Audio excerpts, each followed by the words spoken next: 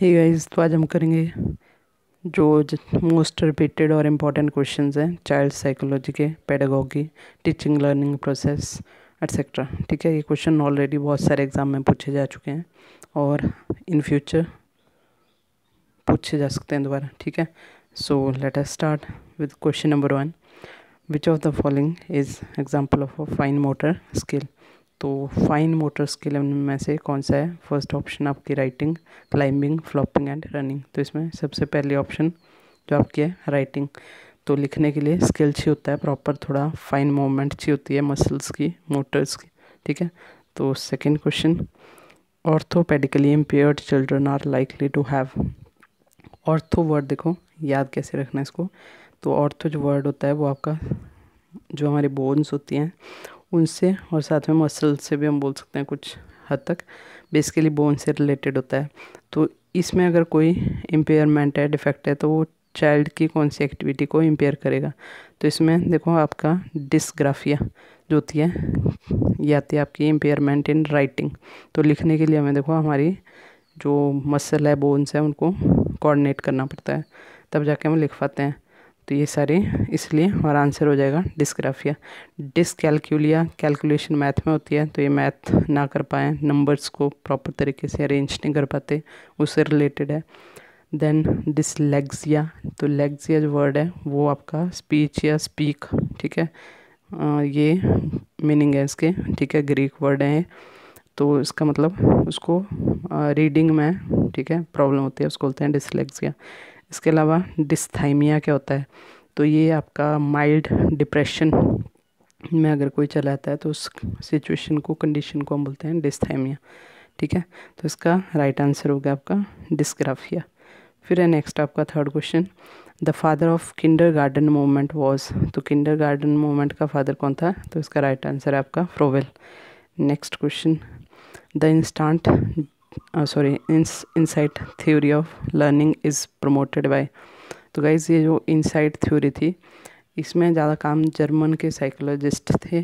ठीक है, 3 और 4, उनमें से मेन काम जो था स्टार्टिंग इसकी की थी आपके जो एक कोहलर थे। ठीक है, कोहलर, और एक आपके वर्थेमर साइकोलॉजिस्ट थे, वो भी जर्मन से बिलोंग करते थे। वो उनको फाउंडर फादर माना जाता है इसका इनसाइट थ्योरी ऑफ लर्निंग का। और जो कोहलर थे उनकी हमने पढ़ी हुई है। ठीक है, जो उन्होंने एक्सपेरिमेंट किए थे, आपके जो एप थे, चिंपैंजी था, उसका नाम सुल्तान था। तो कई बार ये क्वेश्चन भी पूछा जाता है सुल्तान। तो उसके ऊपर एक्सपेरिमेंट किए थे उन्होंने। वो बोलते थे कि ट्रायल एंड एरर से नहीं, बल्कि जो हमारा इंटेलेक्चुअल बिहेवियर होता है, हमें अपने इंटेलिजेंस को यूज़ करके जो जितने भी हम स्टेप्स करते जाते हैं लर्निंग के थ्रू, उन सबको कंपाइल करके ओवरऑल जो होता है लर्निंग होती है, इंसाइट। ठीक है, उसी को जोड़ के बनाया गया है कि जो लर्नर है वो किस तरीके से अपनी अंदर जो भी उसके पास सिचुएशन होती है, कंडीशन होती है, उसके अकॉर्डिंग अरेंजमेंट करता है और सक्सेस अचीव करता है। तो इसलिए इसका राइट आंसर हो जाएगा आपका जेस्टाल्ट थ्योरिस्ट।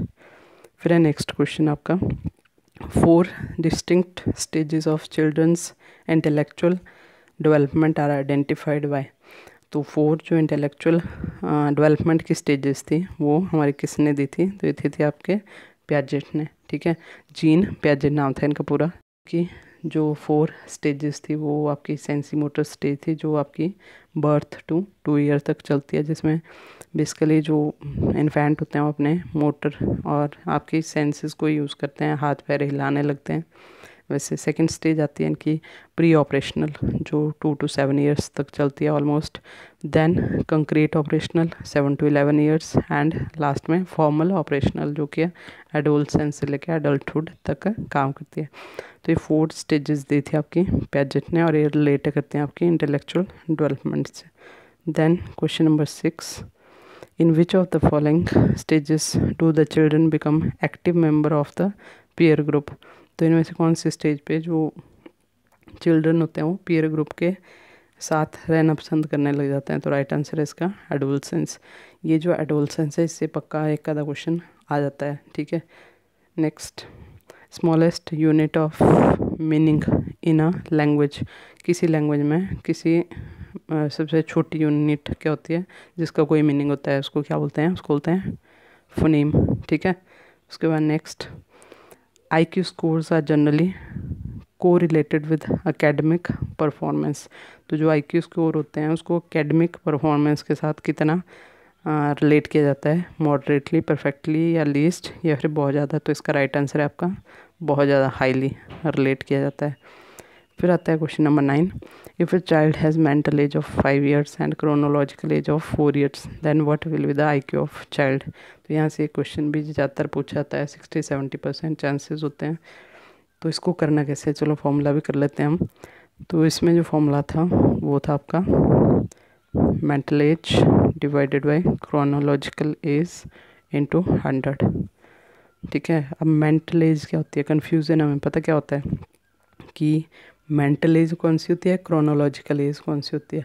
तो यहाँ से देखो ट्रिक क्या है, मेंटल से याद रखना, जो हमारे ब्रेन की एज है, ठीक है, हमारा ब्रेन कितना डेवलप हुआ है, और क्रोनोलॉजिकल एज जो हमारे एक्चुअल एज है बर्थ से लेके जो प्रेजेंट टाइम तक, 20 साल, 25 साल, 18 साल, 12 साल, ऐसे करके, तो उसको बोलते हैं क्रोनोलॉजिकल एज। जबकि मेंटल एज, हमारी मेंटलिटी कितनी डेवलप हुई है, कई 15 साल के हो जाते हैं बट वो मेंटली 10 या 12 ईयर्स की ग्रोथ हुई होती है।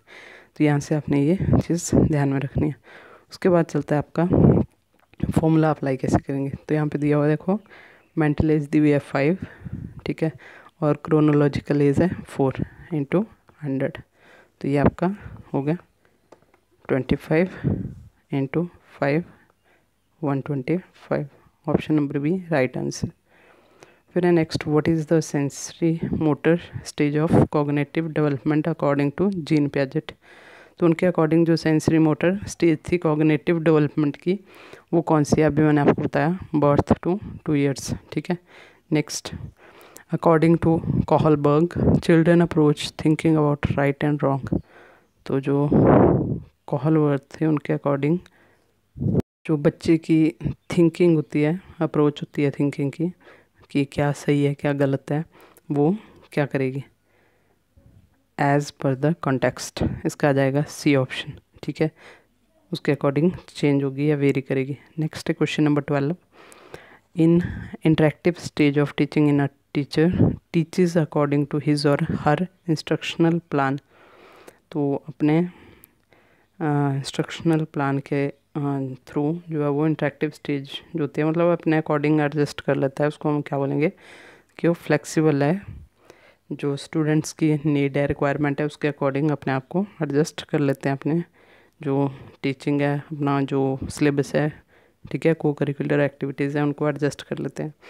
Then comes your question number 13, 3 domains of learning. तो हमें पता है जो लर्निंग है उसके 3 डोमेन होते हैं आपके, कॉग्निटिव, अफेक्टिव एंड साइकोमोटर। फिर progressive method of teaching are, तो ऐसे मेथड जिसमें चाइल्ड सेंटर्ड एजुकेशन दी जाती है उसको हम बोलते हैं प्रोग्रेसिव मेथड ऑफ टीचिंग।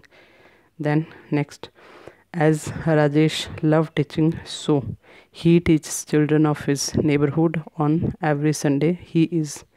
तो वो क्या कर रहा है, राजेश सिर्फ संडे को पढ़ा रहा है अपने नेबर के टीचरों को, तो किस तरीके से मतलब टीचिंग कर रहा है। तो ये आ जाएगा आपका ऑप्शन नंबर ए, इंट्रिंसिकली।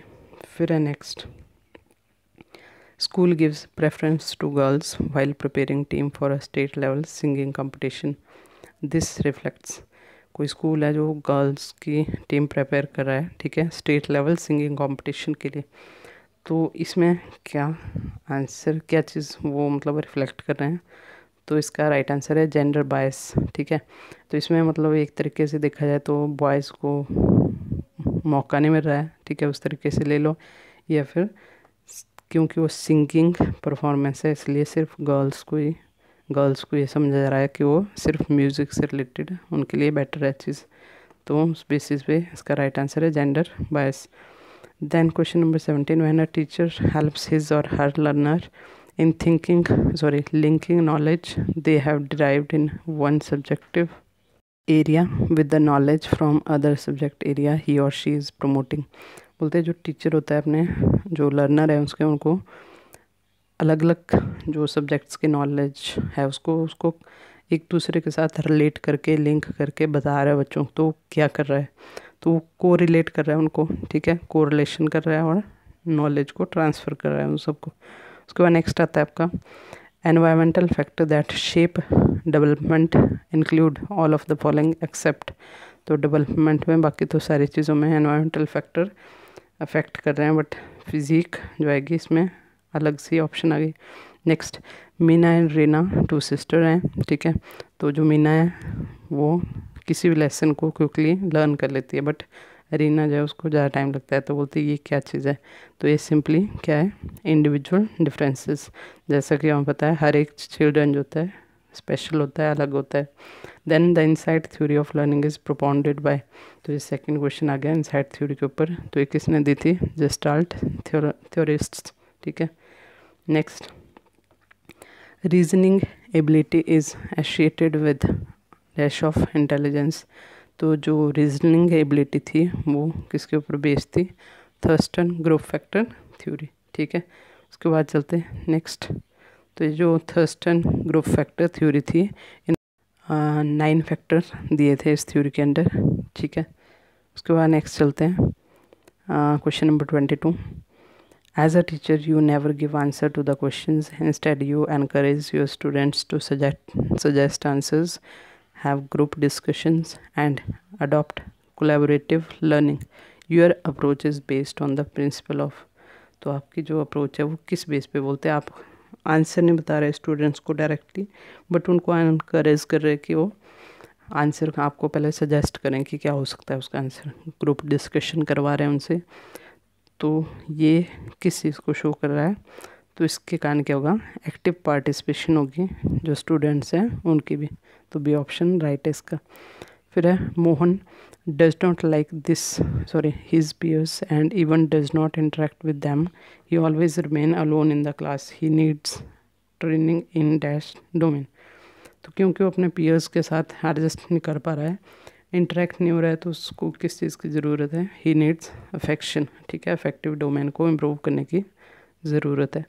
फिर है question the full form of NCT, तो ये आ गया आपकी national council of teacher education, ठीक है। Next, if a child reading 31 as 13, 6 as 9, B as D, he is suffering from, तो अगर कोई बच्चा होता है, ज़्यादातर मिलते हैं हमारे को कई, तो अगर वो 31 को 13 पढ़ रहा है तो उसको कौन सी प्रॉब्लम आ रही है, ठीक है। तो इसका राइट आंसर हो जाएगा आपका डिस्ग्राफिया, ठीक है। Next, the main frustration that a child with hearing loss faces in the classroom, तो कोई बच्चा है उसको सुनाई नहीं दे रहा प्रॉपरली, तो उसमें सबसे ज़्यादा प्रॉब्लम किस में आएगी, टू इंटरेक्ट विद अदर्स, तो ऑप्शन नंबर सी। फिर आता है आपका नेक्स्ट, ठीक है, question number 27। Okay, so by which option you wants to help and encourage me, तो ये आपका फीडबैक लेने के लिए, so you can choose any of the following। उसके बाद next, how would you rate your overall experience with our channel, तो आप किस तरीके से करेंगे, you can choose any option, ठीक है। सो दैट्स ऑल, होपफुली इसमें हमने काफ़ी कुछ अच्छे क्वेश्चंस किए। So thank you for watching the video.